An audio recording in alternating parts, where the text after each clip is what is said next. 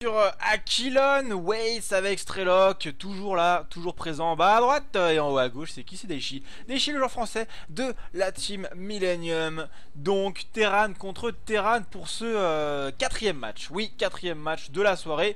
Après ce sera au tour de Fist et après ce sera au tour de notre lit. Et puis on pourra aller enfin ronfler tranquillement. Mais là il y a encore du gros spectacle à venir. J'espère que les joueurs français et belges vont passer. En tout cas ce sont ceux pour qui je secoue mon drapeau. Allez allez. Et toi, quoi tu fais? Ah, je crois qu'on a perdu l'elfe. Attendez.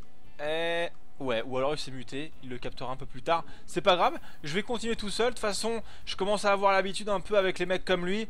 On va voir sur quoi ça start. Déjà, il y a Daichi qui prend un gaz, un poil plus tôt, même beaucoup de gros poils plus tôt. Alors qu'est-ce que ça veut dire? Ça veut très bien vouloir dire qu'il souhaite avoir une facto super fast et tenter une grosse agression avec pourquoi pas du Hellbat rapido Strelok qu'il a pris un petit peu plus tard et qui donc aura du gaz plus tard. Et ouais, c'est bien ça. Alors je voulais juste en fait je voulais juste confirmer le résultat de TFL. Je vais mettre un coup de F5 parce que j'étais assez surpris de voir TFL battre Naniwa 2-0. Je vais vous dire ça de suite. Et TFL qui bat bien Naniwa 2-0. Donc ok, c'est pas la fête aux Suédois aujourd'hui hein. Entre Torzen qui prend 2-0, Sas qui prend 2-0 et Naniwa qui prend 2-0, et bah c'est la fin de l'aventure pour ce charmant pays qui d'ailleurs avait hébergé les WCS Europe l'année dernière. Et là c'est terminé pour eux en Challenger League. Côté français ça se passe bien mieux hein, puisque donc Todd a gagné et Daichi va tenter de faire pareil. Stéphano, on le retrouvera ce week-end pour ceux qui demandaient hein. Stéphano jouera vers 18 h, mais en entendant ça commencera à 13 h avec un petit happy contre Dimaga en BO5 pour les playoffs de la première ligue.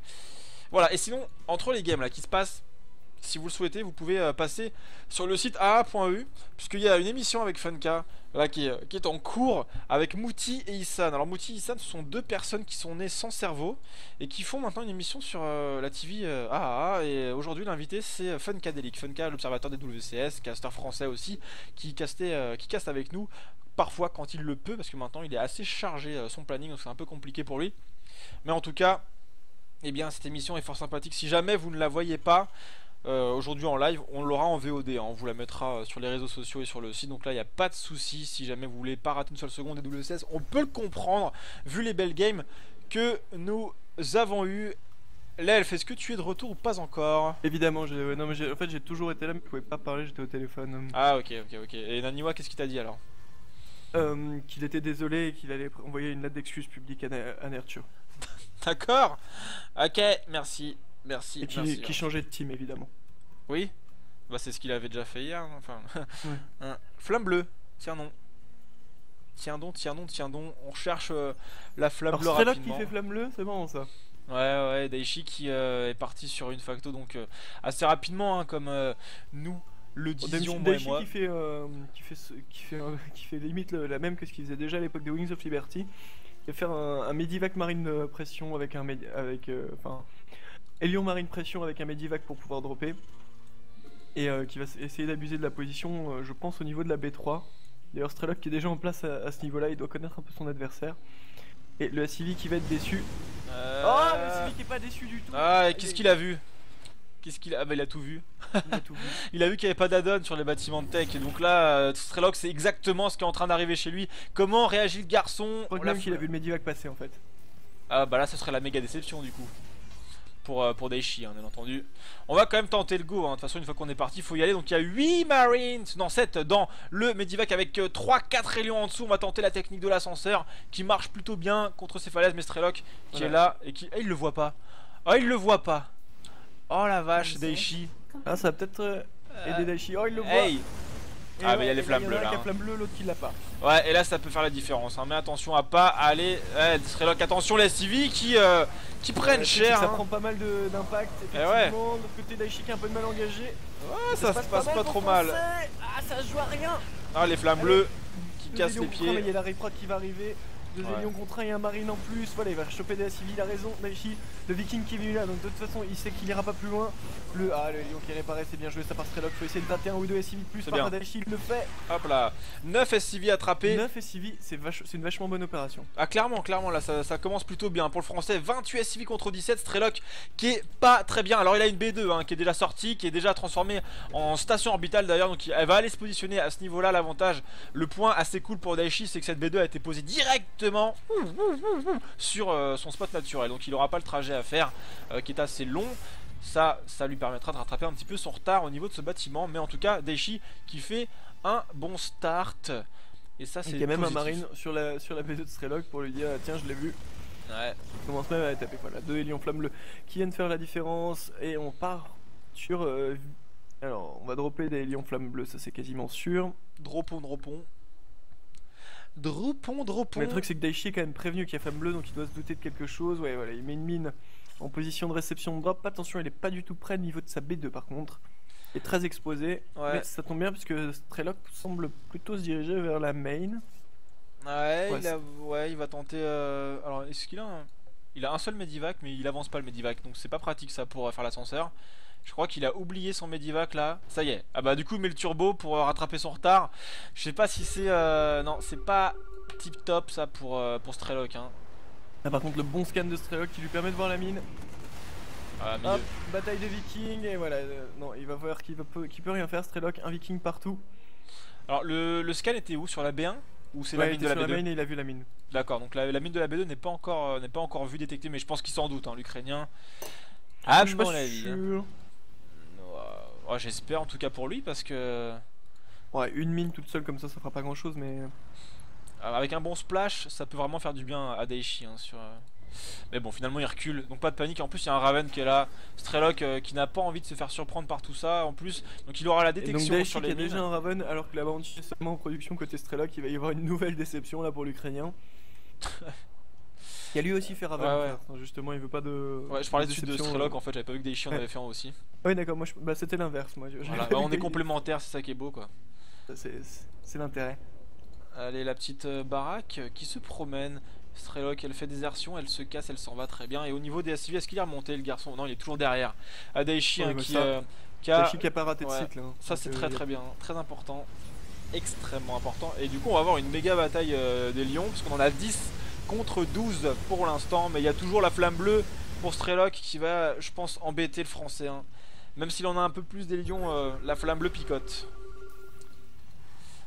Enfin lui, alors attention, combien on a de facto chez Strelok? Voilà, on en a toujours qu'une seule, tandis que Daichi a déjà posé numéro 2 et numéro 3. Ça, c'est les fruits de l'économie. Hein. Yes. Oh merde, non, pardon, il est en train de poser, il a posé 4 et 5 Daichi, vache. Daichi est déjà sur 5 facto. Quand on en a, attends mais je sais pas. Ah ouais, bah oui, il en a 5. Quand on en a qu'une seule, on est à 5 Yes, facto ouais. contre... Par contre, on est sur double starport côté Strelok. Et ça va... Eh ben tout est vu, C'est c'est très bien vu. En fait il a vu les factos supplémentaires qui étaient posés. Je crois pas qu'il a vu le deuxième starport qui est... Non, il l'a pas vu. Il l'a pas vu mais il a vu la B3. Il est derrière Ah oui, la ligne d'accord, de oui. minerai de la B1 ouais. Donc il a vu... Il a vu qu'il y avait de nouvelles factos en Ouais. région. Donc Strelok aura le contrôle aérien, ça. Ah oui, ça fait aucun doute hein. Ça c'est clair, le petit SCV de Daichi qui passe juste au bon endroit au bon moment, il prend la vision sur l'armée, il sait ce qui arrive, donc il sait qu'au niveau aérien ça va pas le faire, mais par contre au niveau terrestre il peut se faire plaisir parce que lui il a du tank, il a déjà 3 tanks, il va sortir du Thor, allez, oh là, attention parce qu'entre les flammes bleues et les tanks il y a du danger des deux côtés. En plus il y a un drop dans la main pendant ce temps là. Et ouais, il n'y a rien pour toucher cette tourette. Résultat, les 4 lions qui vont passer un petit peu pour rien. La mine qui va en choper un direct, un ennemi même. Attention quand même, hein, parce que oh la vache, ouais, bonne défense de Daichi et un Hélion tout seul. Ça Ça vaut ne être fait flamme rien. bleue, ça fait généralement pas grand chose, hein, il faut au moins être 2 ou 3. Par contre, et non, Daichi qui a en plus réussi à sauver son CC grâce à un bon drone de défense. Très bonne opération encore une fois pour Daichi qui conforte son avance finalement parce qu'il perd quasiment rien sur les assauts de Strelok. Il joue vraiment très très bien en ce moment Daichi. Hein. Ah bah il s'entraîne énormément, hein. Ça c'est de toute façon il a tout à fait raison. Donc ça c'est plutôt une bonne nouvelle pour la France. Et pour ceux qui supportent les Français, donc on a Todd, Stefano, je vous le rappelle, hein, qui sont en première ligue, et peut-être Daichi. Pour l'instant, ça se passe plutôt bien dans cette première game. On va donc prendre de la B3 des deux côtés, ça va récolter. Au niveau income, Daichi sera toujours un poil devant, puisqu'il a, il a 2 SCV de plus que son adversaire, et il continue d'en sortir, ouais, 2 par 2, 3 par 3. Ça va revenir à peu près au même niveau de ce côté-là, mais Daichi qui a un avantage de population vraiment intéressant, hein. On a 91 de pop militaire contre seulement 56. Bah, disons que Strelok a quand même eu sa production très tardivement, hein. Ouais. Et puis finalement là il se sert pas de son deuxième starport. Donc ça lui a servi à rien, il aurait mieux fait de faire une deuxième facto plus vite pour le coup je pense. Que son go a rien apporté, donc résultat il se retrouve vraiment derrière. Bon il est pas mal avec ses Banshee et ses Vikings, ça peut aider sur une ligne de minerai. Mais globalement c'est pas une bonne opération, hein, pour l'Ukrainien d'avoir pris autant de retard dans la production, surtout que là le go de Daichi est quand même très sympa et qui a des torts, ce qui est quand même plutôt cool contre les Banshee. Ouais, 2 torts qui sont là, on a aussi du tank en plus, hein, pour Daichi. Au niveau des améliorations, on va avoir le plus 1 d'attaque qui va arriver côté français. Côté ukrainien, ça n'a pas encore été lancé, donc ça aussi, petit point d'avance pour Daichi qui a 40 pop de plus. Il va aller faire un trou dans ce rocher qui bloque le passage pour avancer. On a du tank qui est mis en place, mais il en a combien de tanks l'Ukrainien? Dans ce là il y a un drop qui arrive quand même, hein, dans sa B3. Ouais, il va falloir faire gaffe à ça. Ah ouais, il n'y a rien pour défendre. Oh, le barbuck. Oh, attends. On va faire barbuck dans Daichi qui split correctement. Voilà, il y a un tank qui arrive, le tank qui est Lion. C'est fini la fête, mais pendant ce temps là on n'a pas pris position. Enfin on siège à l'extérieur, mais pas de position avantageuse pour le français. Il est devant aux upgrades aussi, hein. Il a lancé le 2 d'attaque, Strelok a même pas encore le 1 commencé. Et bah il va y aller Daichi. Il a pas peur. Il a choisi d'y aller des deux côtés, il a envoyé tout le monde. Le truc c'est que c'est plutôt bien siégé côté Strelok, on avance quand même côté Daichi.